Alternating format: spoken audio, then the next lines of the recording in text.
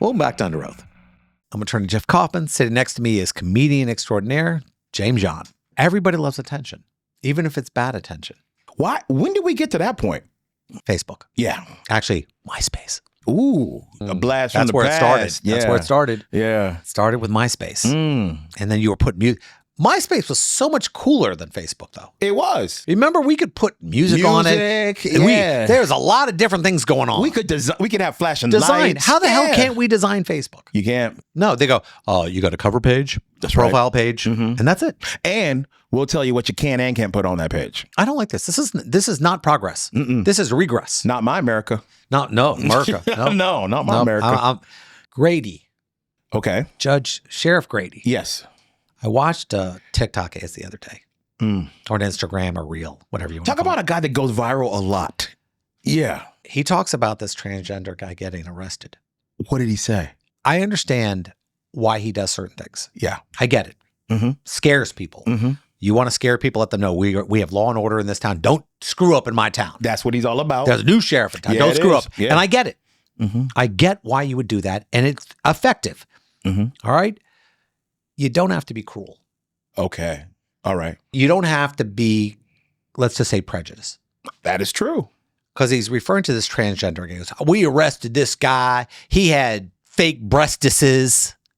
We see this dude wearing a red lace bra with prosthetic silicone breastises.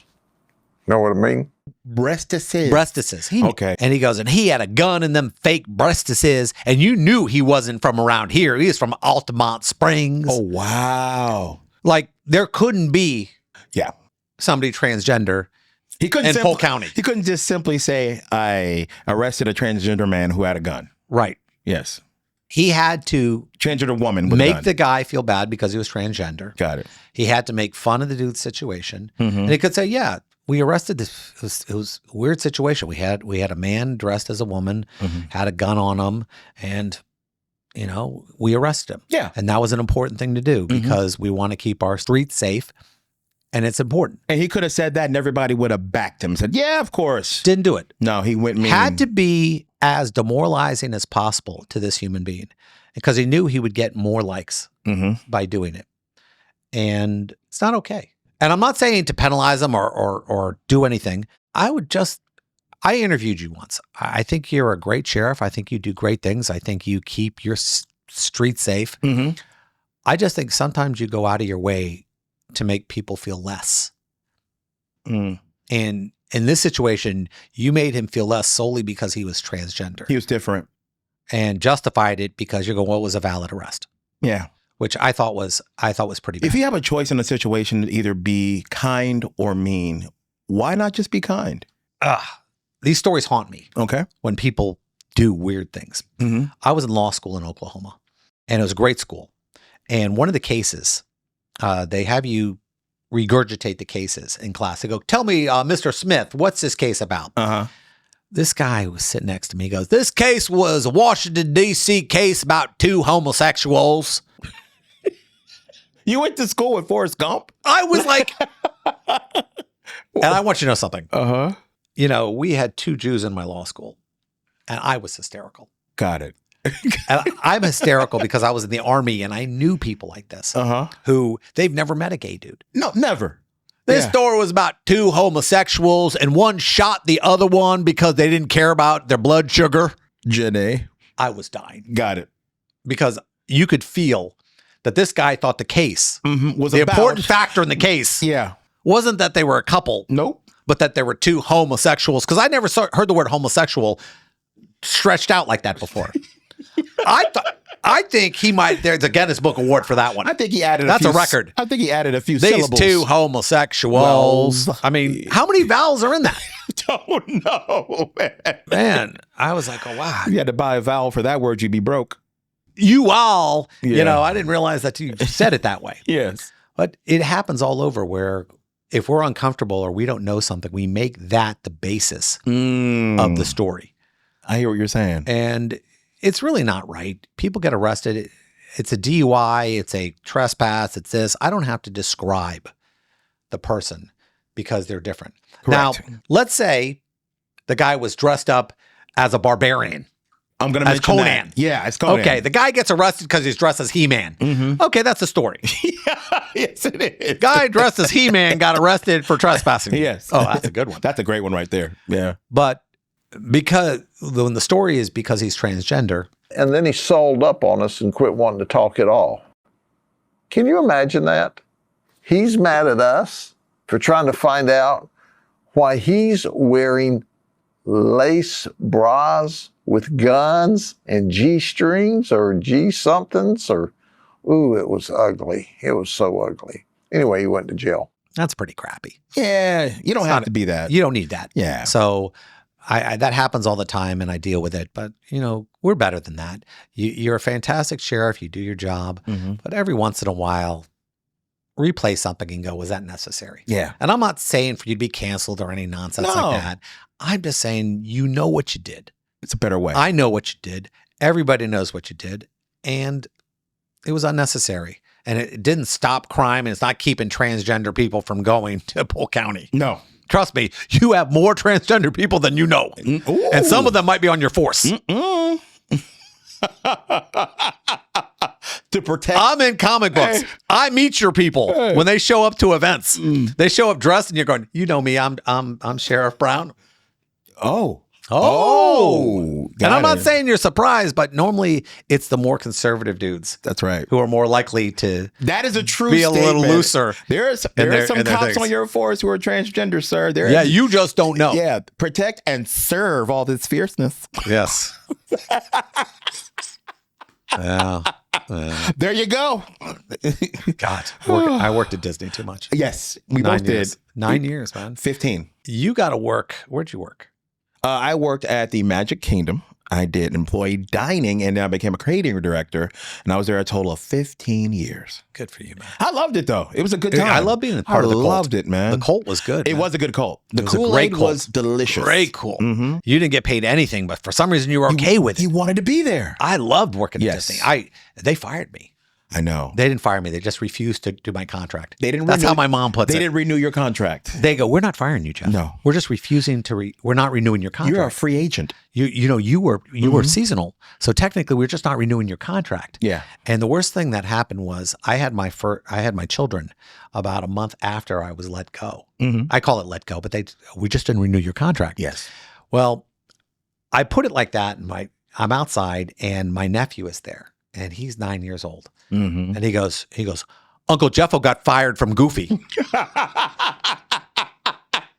Dang, man. And my mother goes, they just didn't renew his contract. He wasn't fired. I go, Mom, I'm an attorney. I'm okay that they won't allow me to be Goofy anymore. It's fine. Yeah. It's fine. I'll make it. Yes. But yeah, Disney was fun. It was great. I loved being in entertainment there. So do I. It was great. I look back. Somebody asked me, would I ever take the job back if I could work one night a week? I go, yeah. I'd work one night a week. Well, let me tell you why that's crazy. Yes, I would love to work at Disney again. Jeff, you don't have any more days of the week. Oh, I'll find it. No, you can't. I will. You work every day, all day. When are you gonna go to Disney? You can't be like doing a meet and greet on the phone talking law. I'll do the show from the car. It's doable. James, get in the car. I'll multitask. I'll get her done. You're selling popcorn. Man. We're doing Legally Screwed from a popcorn stand. We're looking at 2 more things to add on. You're insane. And here's the thing.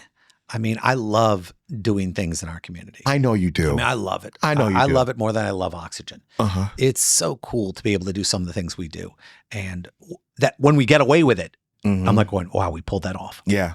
I like the bowling. Oh, no, we're not sponsoring one team. We're sponsoring all of them. Why not? We could do it all. Yeah. And you know what? We did. Yes. Oh, hey, I remember the first time we took people to the movies. And I go, I can rent a movie theater? Yes. And it was Avengers Endgame. Oh. And you couldn't get tickets. Yeah. And we got 250 seats. And that's when I was with the Monsters. And I just rented out a movie theater. And remember when 250 seemed like a big number? It was huge. Yes. And the worst part about that was this. We had focused so hard, but my person who was handling the numbers at the time was short 2 tickets. Now, I had spent 2 years waiting for this movie. Yes. I mean, I needed this movie so bad. Yes. And I realized, oh my God, we're short 2 tickets. Uh-oh. I can't go to my own movie. And I'm waiting for the last 2 people, and I keep calling and calling and calling. And the guy doesn't pick up, and he goes, oh, I'm coming. All right, I'm waiting. And finally I called. He goes, I felt bad, Jeff, because I can't come, but I didn't want to tell you. And I go, no, it's absolutely fine, man. Don't feel bad at all. Enjoy yourself. Get better. Heal. Thank God you didn't show up. And I go in there, and I remember they go, hey, could you talk? You got to say something to the theater. Yes. No, I just bought the theater. No, Jeff, you got to say something. In the beginning, you didn't talk, or you was not going to talk. I didn't know. Yeah. And they go, I get in front. I'm looking at everybody. And my daughter is in the back. Yes. I was like, oh, this is horrific. Mm-hmm. And I had lost my mind because I was just happy to see the movie. Mm-hmm. And there were a couple F-bombs. And actually, the line was this. I go, this movie has been sold out for 2 weeks. Yes. You can't get one. That's true. But not you MFers. You guys are you with me. MFers. Yes. And when we start the movie? When I effing say, start this MFer. There you go. And I walk up the stairs, and Russ Rollins is sitting in the chair next to me. Mary Ellen's sitting next to him. My daughter is a seat away. I go to sit down. He goes, you know what your daughter said to me? Yeah. I go, what he goes, and the Oscar goes to? This MFer. This MFer. And, but I mean, and then we do a movie, it would sell out. Yes. And I'd feel bad. And a good friend of mine is a big attorney in town. And he said something to me one day. He goes, I always expand it. If I get numbers, I go, all right, buy another theater. Yeah. And then we bought 2. Mm-hmm. And then we had 500. Yes. And they go, oh, we have too many. Okay, buy another. Uh-huh. And I remember the last movie we had 6 movie theaters. How crazy going at the is same that? time. Yes. And hold on. Everyone, bow your head. Fashion Square Movie Theater is closed. Oh, we had a great run, man. I kept that place open. You did. For 4 years. You did, man. We were the only people that went. Only people that was there. The 9 movies we would fill up was enough to cover salaries and everything else like that for like almost a whole month. Look at that. And I felt great about it. Yeah. And I called to set up the new movie, Hail Mary. Yeah. And was told, we're done. We're done. Dang. So to all the people who worked at the Fashion Square movie theater, who made it great, who made it easy, and allowed us to take tens of thousands of people, thank you guys. And I hope you land on your feet, and I hope thing works well for you. And the final curtain call. Yeah. Well, I think Macy's is still open, but Macy's I think is open. But the final curtain call, the death of the actual mall is done. Happened. So take care, people. That's a little Love sad. you all, and I'll see you soon, but not at the Fashion Square Mall. No. Welcome back to Under Oath. 2 attorneys arguing. Jeff Kaufman, Craig Lind. Let's knock this out. Oh my God. 1940s radio voice over here. What's going on? I think the problem is once you do radio, your voice changes. Like the minute you have the mic in front of you, you think you're Wolfman Jack. Is that right? Yeah. Your voice gets deeper and suddenly goes, ooh, I love your radio voice. You should talk to me like that. I heard they have the radio guys can adjust the bass in their voice. They can.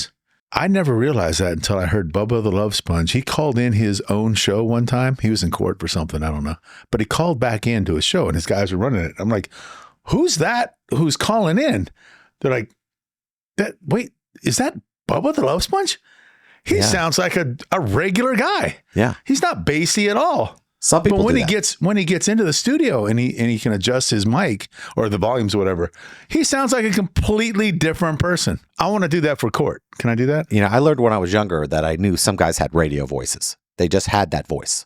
When you talk to them, they had that "How are you doing" voice, and they didn't look like their voice. That's why when people say you have a face for radio, when you meet these guys, sometimes you're going, God, you don't look like or women do not look the same way they look.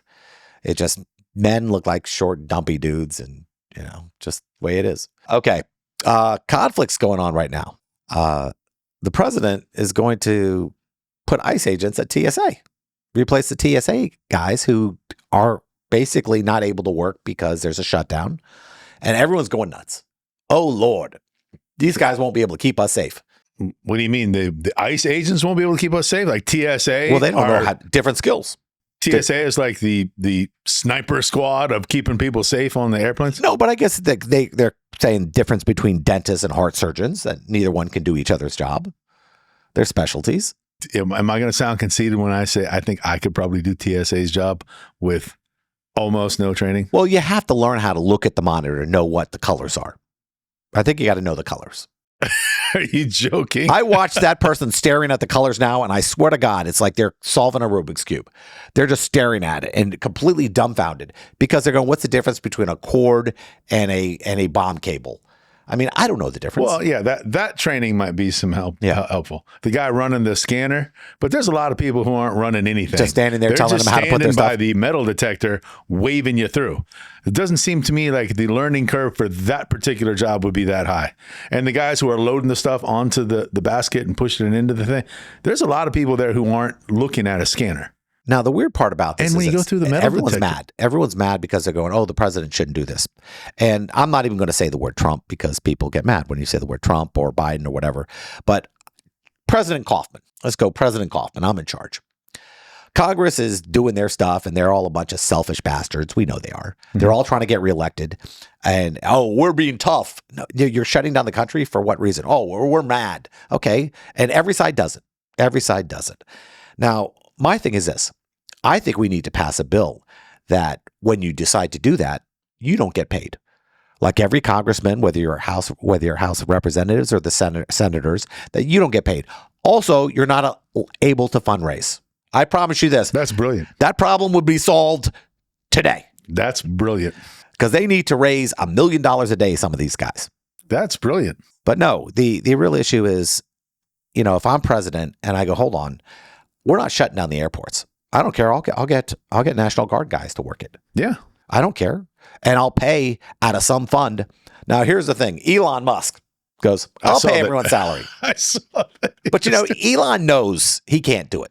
They can't take his money. Why can't they? He's done that thing before where he goes, oh, I'll pay the military. He can't do it. Why not? It's illegal. You can't do it. Private citizens can't pay for that stuff. Well, okay, but he can donate it to the United States, and then the United States gets to direct where it goes. No, he can't. No? Nope. Can't do it. Well, that's a dumb rule. So, he's also saying, hey, look at me. I'll pay. It's like that guy at the table who knows he doesn't have to pay the bill. If you know that your he's already done offer it before. Will not be taken up, that's a little disingenuous. It is. Now, everyone's mad about a lot of things. And here's the thing. Stop being mad. You, for example, you gave up watching some of the crazy podcasts you listened to. Yeah. And how happy were you? Almost complete. You know what was happening? I was hearing all this bad news all the time. And all I was doing was getting mad about it. I wasn't actually doing anything, though. I'm not going anywhere. I'm not protesting.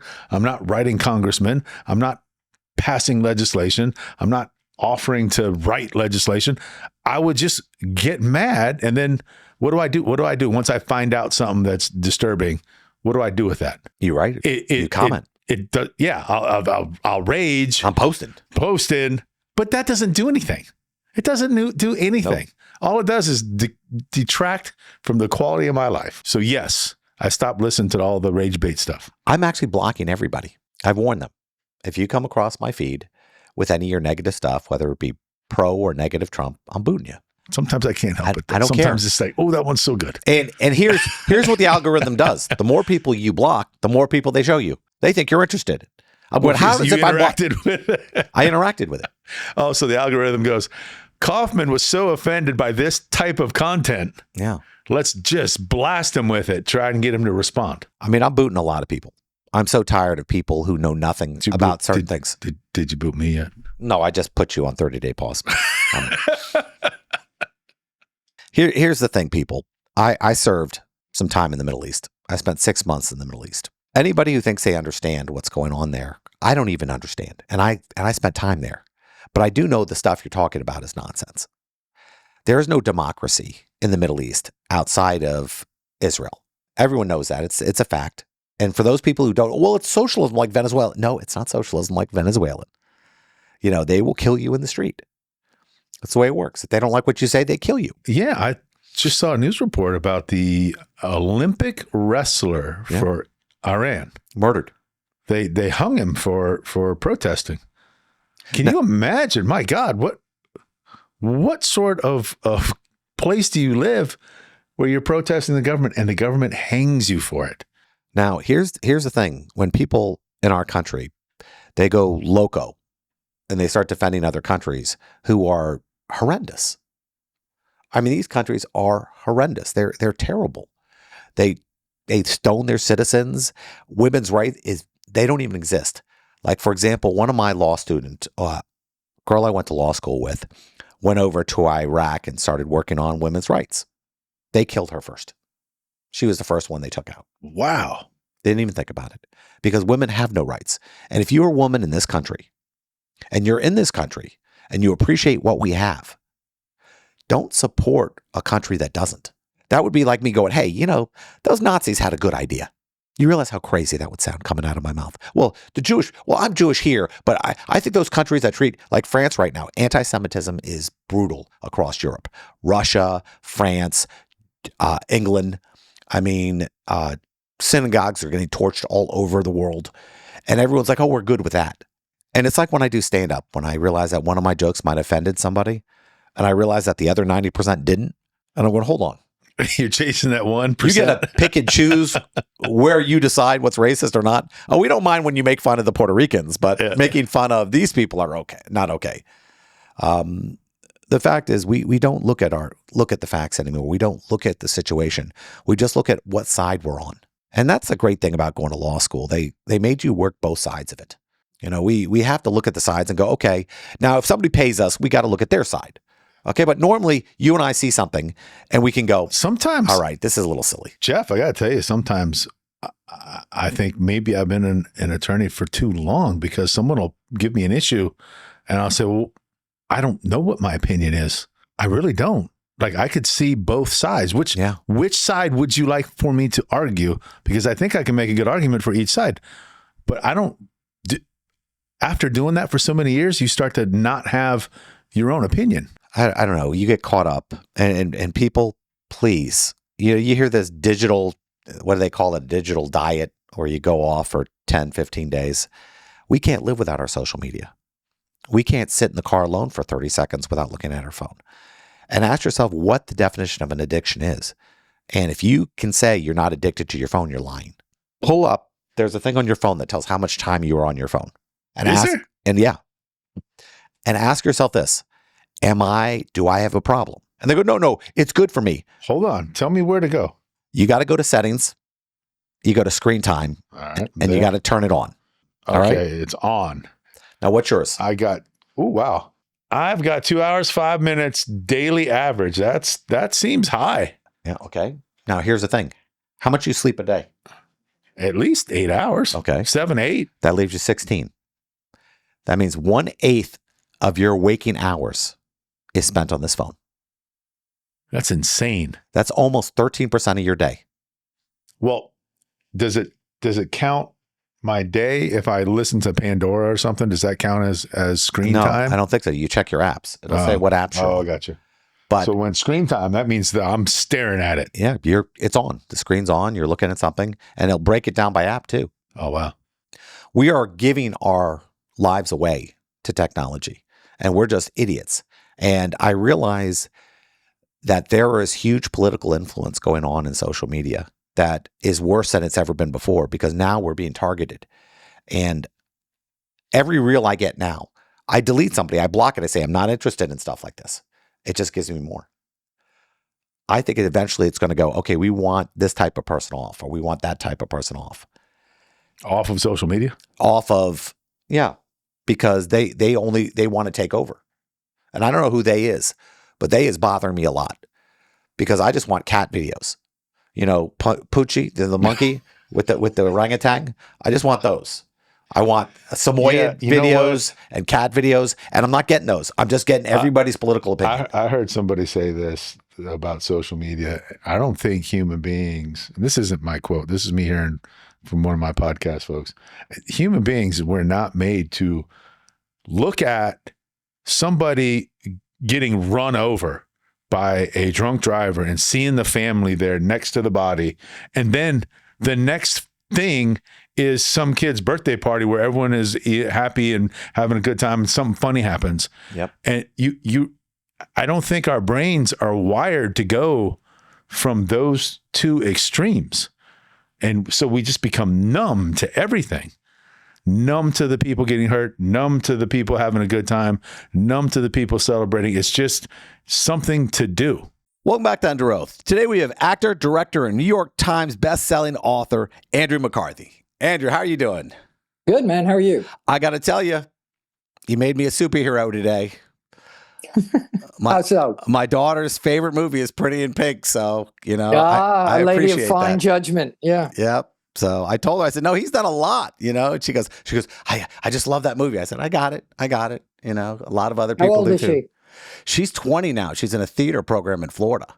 Okay. That's interesting. That movie, it's like generational because mothers then show it to their daughters and then the kids start looking at it and they're kind of like, this is ridiculous. And the hairdos and the silly clothes. And then by the end, they're kind of watching and they go, you know what? That's exactly what it feels like. It's the emotions. That's what John Hughes captured so well as he honored sort of young people and their emotions. I think about all that stuff, but I really love it. I did some research. I actually ordered your book, but it doesn't come in for a couple days. And I ordered it from your website. I didn't order it from Amazon. So, I think that was a better way to do it. But thanks. Traveling around, you've spent a lot of time traveling since, you're performing, you're going all over the world. I mean, a lot of people just stay comfortable with things. What got you on the road? Oh, well, I became a travel writer about 20 years ago. I found travel sort of changed my life and my place in the world. And I began to write about it. And I started writing about it for magazines. And then that evolved eventually into books and whatnot. I find I'm not a big believer in travel for like Instagram things or bucket lists. I find I've always said the world is like, traveling's been the university of my life. You know what I mean? I learn about myself and my place in the world and my relationship to the world through traveling. And I just find it a really valuable use of time. And then I was lucky enough to sort of incorporate that into the work that I do. Now, I know how the book you just started, you just finished that we're ordering is about male friendships and how your son actually inspired it by going, why don't you have any men friends? Yeah, he was telling me, we were sitting at the kitchen table, and he was telling me a funny story about one of his buds. And as we finished, we laughing, we settled down, and he just looked over at me and said, you don't really have any friends, do you, Dad? And I took the hit, and I said, no, Sammy, I do have friends. I just don't see them, but I know they're there, and that's enough. And he looked at me and went, yeah, okay. And he went off to see his girlfriend. And I sat with that for a couple of days. I didn't forget it, and I thought, it's not enough. I need to go see my friends. I like a lot of guys had when I was young and first out in the world. I had this sort of core group of friends that were like my chosen family, and through life they moved off, they got married, they had jobs, they scattered around the country, and I realized I hadn't seen a lot of them in years and years, some in decades, and I thought I need to go see these guys. So, and since I hate driving and driving on highways, I drove back roads across America, 10,000 miles to go see these folks. And along the way, I started randomly, casually talking to other men about, I'd approach these guys, at gas stations or in bars or restaurants. And I'd kind of say, hey, I'm on my way to see an old friend of mine, and ask them about friends and friendship in their life. And they all looked at me like I was nuts. But invariably, they all kind of opened up and talked to me about friendship and the place it had in their lives. And most of them concluded the conversation by going, I've never talked about this before. And, I've never think about my friends. And guys particularly, women are much better at it, I think, but guys particularly, we've gotten very isolated in many of us, and this idea of manhood has become this kind of macho, for a long time now, since idea of stoic, alone, pull your hat down, carry your own water, and that leads to a lot of isolation, and I just don't think that's in our best interest. And so anyway, I went across the country to reconnect with these people, and it was a really profound experience for me. And I got somewhere in the middle of Kentucky, I thought, I wonder if there's a book in this. You know what I mean? Definitely. And because a theme started to emerge of sort of this loneliness and separation that a lot of guys were experiencing. And so it was fascinating. And it was fascinating to rediscover America again in a way I never had before. Friendships when it comes to celebrity is tough. I'm a pseudo celebrity because of the comic books and the shows and everything. And sometimes people are nicer to you because of who you are, not really who you are inside. And when you make that trip and you go meet these people again, did it matter that you were this celebrity? Or was it like, no, we're going back to, 40 years ago when we were in a bar together? Well, I think it's pretty quick, as you probably know. Once you have any bit of notoriety, you can tell pretty quickly what people are after and who's genuine, who's just sort of there for that, whatever they think they're going to get from you or something. I don't know. That sort of is not really that big a factor in my life. People always wonder about that. It's just not a factor. And all these friends, particularly, were people I'd met before I was successful in a public way in any way. So they were all just sort of authentic, true friends of mine. But I have found in life, certainly there are many people you meet, and being successful in a public way has opened a lot of doors for me that I would never have had open. So it's been, I'd say the pluses have been more than the minuses. But certainly you can tell, I think, very quickly when somebody's sort of flustered by whatever, and that doesn't last very long. I wound up cutting loose a lot of friends because we just weren't the same anymore. It wasn't that I didn't like them anymore. It's just we didn't have anything in common. I was in a relationship, I was married for 25 years, and they're still out going to bars and meeting women. And I thought that was where I lost a lot of my friends. Well, I think there's the other side of that coin is there are friends you have where and then I've met a lot of people that said this. It was like it was yesterday. You just pick right up where you left off. You know what I mean? And those are those true, deep, real friends. There's just some sort of soul connection that you have with certain people. Some people, yes, you gravitate and grow apart. But I was, on this trip, these were guys that I had just sort of had a deep connection with. And for me, if I did one thing right on this trip, it was that I showed up. That cliche of 90% of life is showing up. I think it's really true that I sort of made the effort and drove to see these people and knock on their door and say, hey, you know what, dude, you're valuable in my life. You're important in my life. You've meant a lot to me and I just need to come see you.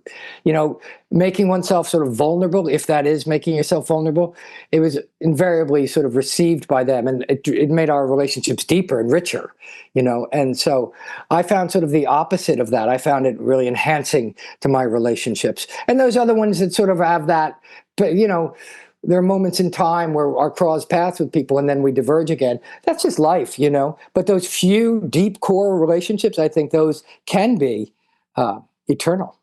It was very strange because I have certain relationships, but I went out with this guy the other day and we went to a basketball game, saw the NBA game.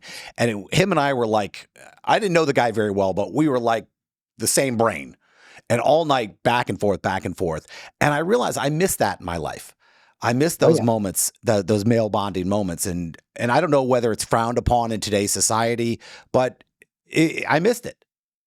Well, I think you touched on something really important there. When you find those things too, when we get older, we don't tend to follow through on those things. You ought to go to another game with that guy. Yeah. You know what I mean? I think I say in the book, there's a statistic. It takes 200 hours to make a real close friend. That's what these social scientists have found.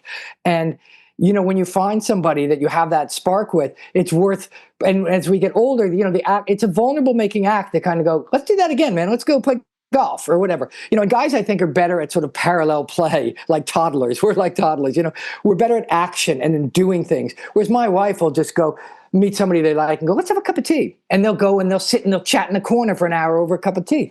And, we're not going to do that. I mean, I'm not generally. And so going to a game with a guy or going to, I think it's a really valuable kind of thing. And I think it's worth pursuing when we encounter those. A couple of the people I talked to in the book that I go back and see are guys that I met a little later in life, in my 30s and 40s, and that I somehow managed to keep those connections up with. And I think it's really important and worth the effort. Now, because it's like at a certain point, like, what do you got to lose by saying, you want to go to another game? Yeah, I'd love to. Or no, I'm too busy. It's like, okay, they can't really hurt you. You know what I mean? Now, I'm a little jealous of something. I read up on you last night. I saw that you did the Camino. Oh, yeah, twice. And, I'm like, where do I get 30 days? I know it's so important, but where do I get 30 days? And a lot of our listeners might not know it's a 500-mile walk or it's a 200-mile walk, whichever way you want to do it. But I can't even imagine doing that. It's such a dream.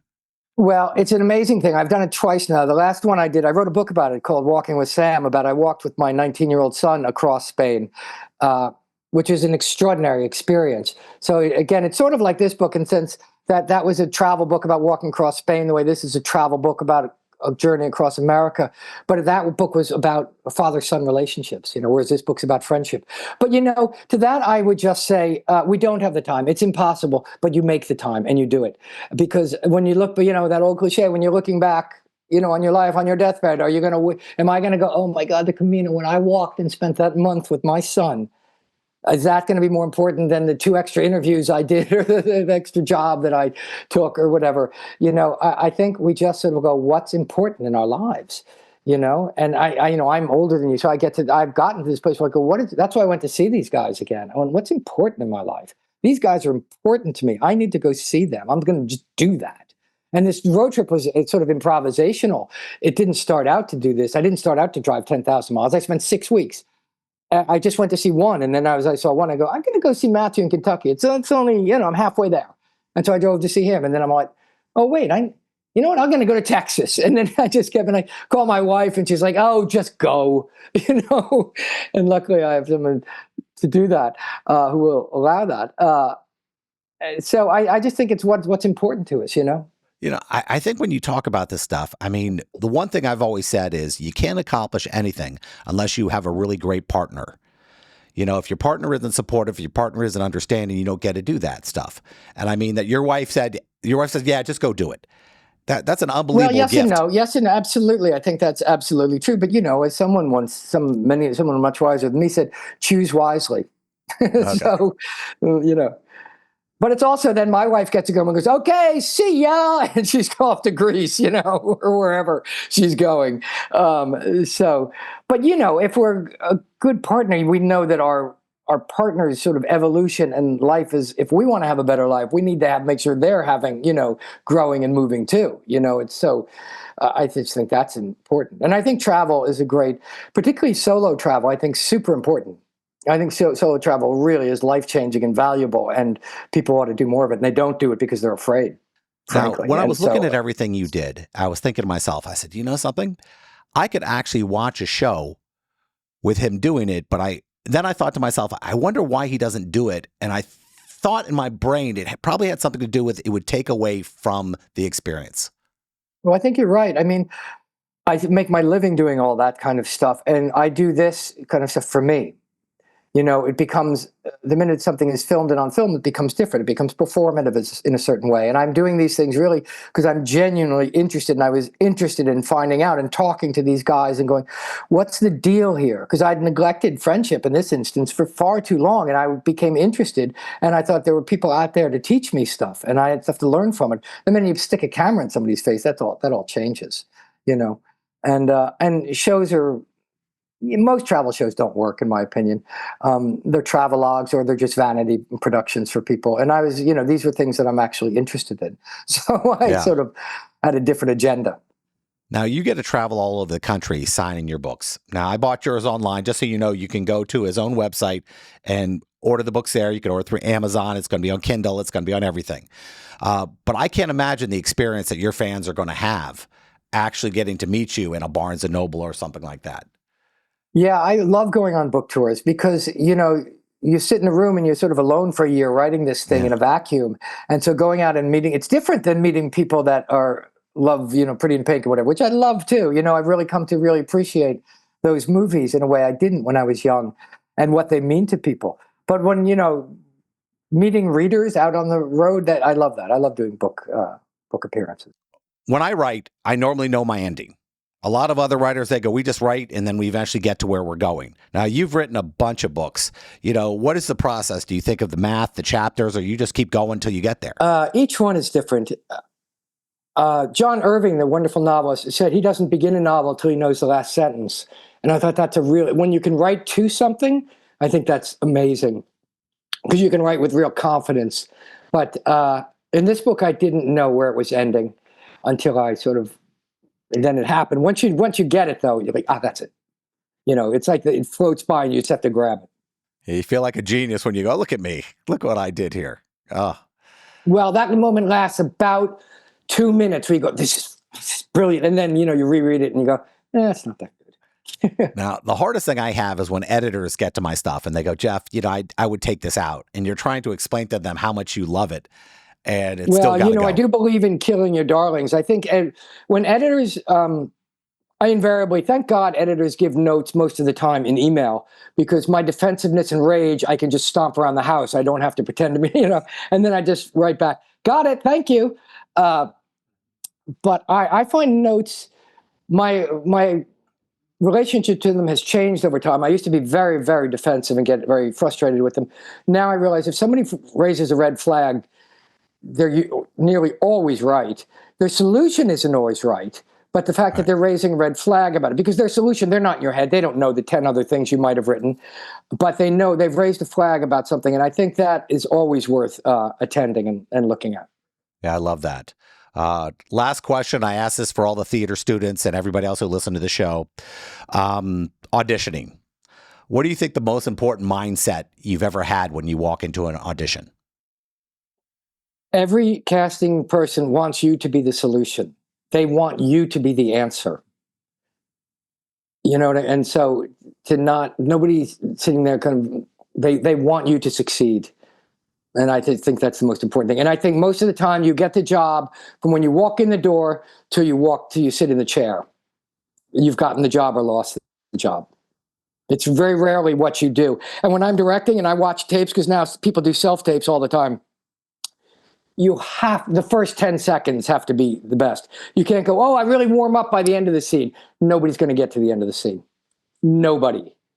The first 10 seconds has to be happening, or they just go next. Sorry, but that's just the truth. Well, I appreciate the advice, and I can't tell you how great it is to talk to you. And I hope you get better. I'm suffering too. So, I'll give you your life back, Andrew. Take care. Thanks, man. I really appreciate it. Good to talk to you. Bye-bye. Well, that wraps up today's show. I'm attorney Jeff Kaufman. Thanks for joining us. Special thanks to my two co-hosts, my good friend, professional comedian James John, and my law partner, Craig Lind. This show is sponsored by Kaufman Lind. If you or someone you know has been in an accident, contact us at 407-500-JEFF or 407-500-5333 for a free consultation, or visit us at whenyouneedus.com.